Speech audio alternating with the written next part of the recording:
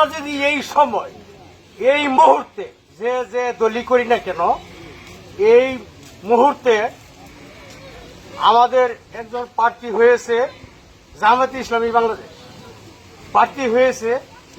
আমরা যদি এই শেষ মুহূর্তে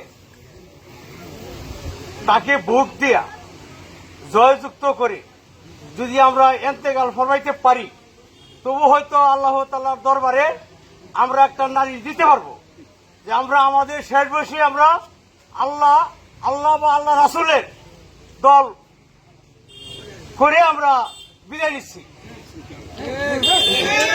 তাই আমরা কোনো গাফিলতি না করে আমাদের মহান একজন গোলাম কিবরিয়া সাহেব আমাদের মধ্যে উপস্থিত হয়েছেন। আমরা এদিক সেদিক না করে আমরা সবাই যাতে তাকে সময় সাপেক্ষে সময় আসলে তাকে আমরা ভোট দিয়ে যাতে জয়যুক্ত করতে পারি, এই আশা আমরা করবো। আমাদের কিন্তু বিচার মেয়াদ নাই ভাইয়ের সকল, এখন আমাদের বিচার মেয়াদ নাই, আছে নাই। তাহলে একটা জিনিস আমরা নিয়ে যাব যে জামায়াতে ইসলামী বাংলাদেশ, আমরা তাকে ভোট দিয়ে আমরা একটা দাবি হয়তো করতে পারবো যে আমরা শেষ বিদায় আমরা এগিয়েছি। এই বলে আমার সঙ্গে কথা শেষ করছি। আসসালামু আলাইকুম।